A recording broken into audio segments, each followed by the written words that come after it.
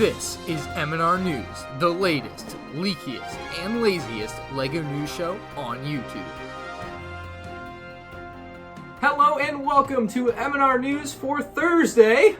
What's Thursday? April 18th. The reason it's on a Thursday this week is I'm a one-man show. I'm busy. I can't do everything. I couldn't even get an intro done for this week's episode, so please forgive me. But remember, I'm a one-man show, so I do everything. Like the Tantive IV review yesterday took me like forever, so that didn't get done until it was too late to do M&R News. So today we have some breaking news. Thankfully, I did wait a day because there is some great news for Ninjago fans. Some new sets coming out on May 28th. We have pictures of those, as well as the May the 4th promo for LEGO Star Wars. It's about dang time. We're going to find out what that is coming right up. But first, your Amazon deals of the week. Our Amazon deals will start with just LEGO Star Wars. There are 20% off, like, basically every LEGO Star Wars set, except for, like, the Slave one in Darth Vader's castle. So if you click one of the Amazon links down below, you'll be taken to the page, and you'll be able to see everything on there. Ton of LEGO Star Wars sets at 20% off, even the battle packs. We also have 29% off the Imperial Tie Fighter, which for under $50, like if you don't have a TIE Fighter, you're doing something wrong with your life. If you don't,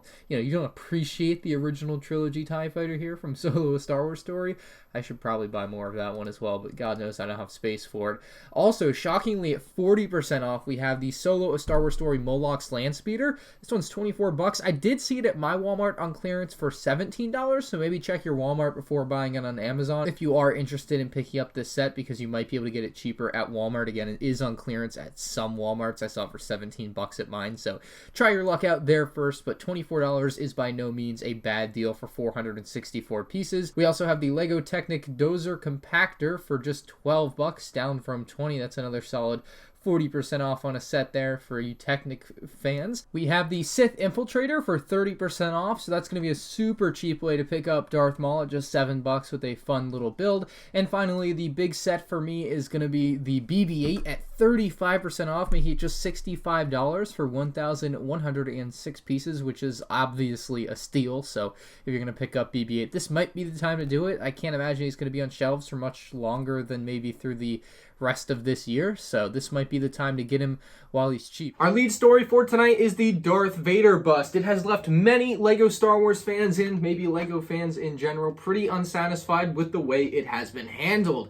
At first, there was a release date. That release date was kind of disregarded. It was released the next morning, and by the time a lot of people woke up, it was out of stock. Well, just yesterday, on Wednesday, April 17th, it came back in stock on Target.com and was available for about 8 hours. Again, this is a US only exclusive, so many people outside of the US were upset about that, and it's a whole debacle. LEGO doesn't say anything about this type of thing. They never really do speak publicly about anything like this, so I would like to see them come out and make a statement, but it doesn't seem like they're going to. I was able to get a few, and I'll actually be doing a giveaway of one here in a couple days, so keep your eye out for that. Let me know what you guys think about the whole Darth Vader situation in the comments section below. I think LEGO and Target have done a terrible job of releasing this thing and getting it out to people in a fair way. I think they failed. That's the best way to put it, and I wish they would say something about it. Also, since our last M&R News, we had the new LEGO Star Wars Tantive IV revealed. It's a beautiful model with excellent minifigures for $200 in the US, 1,768 pieces as expected. And if you're a fan of the channel, you probably already know that I already have it, and I've already done a review on it, thanks to LEGO Buff Productions for sending me this. They actually had them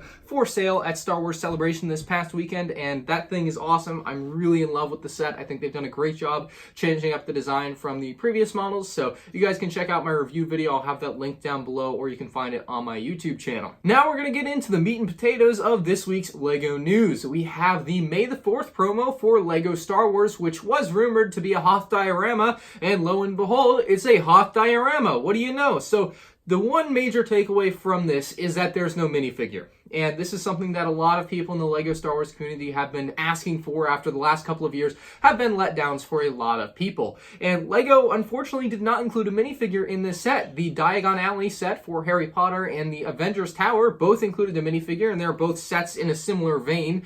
But this set just didn't include a minifigure, and it doesn't make a lot of sense to me. I think a lot of people are going to be disappointed because of that. The set on its own is nice. It uses snot, that means studs not on top, for the bottom layer, and it just, in general, looks pretty dang good, like as a little display thing. Kind of reminds me of the Space Slug behind me, just in less fancy packaging. It is branded as a 20th anniversary set, which is okay by me. It should be available May 3rd through 6th. Maybe it will be longer. On here it says like May 1st. through 31st, so I find that to be a little bit odd for the May the 4th promo. We'll see what that ends up being for the US markets, but I'm assuming it's going to be free with purchases somewhere over $75 or more. Let me know what you guys think about LEGO not including a minifigure in this set down in the comments section below. I would have loved to have seen it, but I think the set on its own is good enough. It's got a neat little AT-AT, which is a little on the thick side, and the snow speeders are nice, the shield generator is nice, and I'm praying that that piece right there that says 20 years for LEGO Star Wars is printed and not a sticker. Fingers crossed. As I mentioned earlier, we do have some new LEGO Ninjago sets revealed thanks to a German retailer. We have 4 spinners available coming out soon. We have the Spinjitzu Slam Lloyd, Spinjitzu Slam J, Spinjitzu Slam Zane, and Spinjitzu Slam Kai versus Ice Samurai. So those 3 will be somewhere in like the $10 to $15 range, and then you'll have the bigger LEGO spinner set that has 2 spinners in one. Pretty nice selection of spinners. I think most Ninjago fans will be happy with that. As far as the actual Ninjago sets go, for all these set names, I am reading the translated name off the retailer website from German to English, so the names might be a little bit wrong, but you can read the actual set name on the box. We have the Fortress in the Eternal Ice set, which looks like a pretty dang cool fortress, to be honest. It's got a flying ice dragon.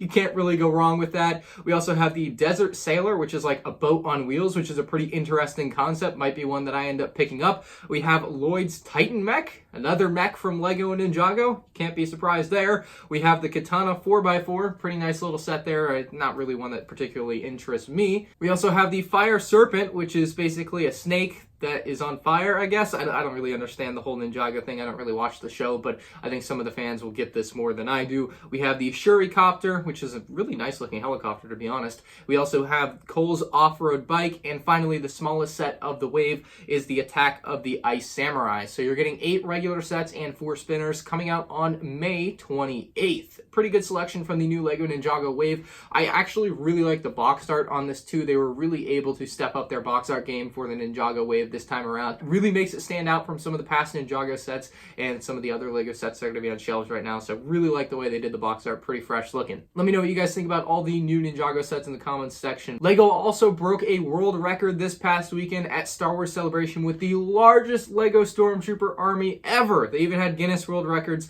come out to confirm it. They had 36,440 Stormtroopers, which broke their previous record of 35,210 clone troopers. That is a lot of minifigures. Apparently it took 38 hours to complete with a team of 12 people. That is a lot of hours of putting Stormtroopers together.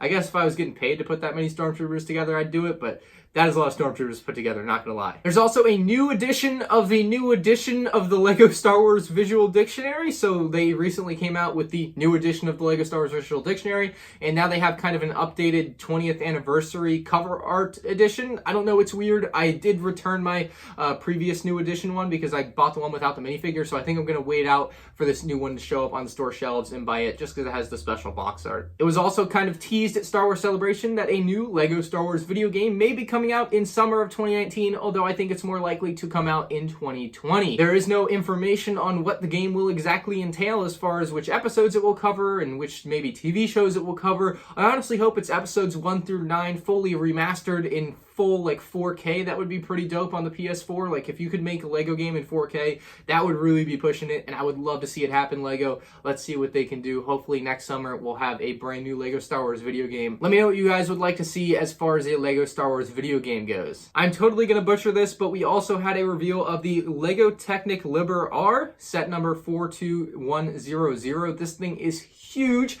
I think it's going to cost 450 pounds, which equates to about $400 to $500 in the US. And this thing is an absolute monster, 4,108 pieces. I think people are really going to like this one if you're into Technic. Obviously, this seems like a real pain to build because if you mess up something on this, it's going to be a tough one to fix. But I think it looks like a fun set. If you're into Technic, you're going to love it. If you're not into Technic, it's just going to be another one of those that passes you by. And our final story comes from LEGO Education, who has released some new sets which look really weird. First LEGO League Junior with some very odd, like, it says Boomtown build, and it's like this weird concept. I don't really know what to make of these things. It's not something that I'm particularly interested in picking up at any point in time. The only LEGO Education set that I really like is the Panama Canal, so I might go out and buy that one. But for me, this one looks cool, I guess, if you're 10 years old and you want to build some cool stuff with LEGO and try some creative new things. But for me, this just isn't going to do it. So that is going to be it for M&R News for Thursday, April 18th. We'll hopefully be back on Wednesday next week. We'll see if there's an enough news.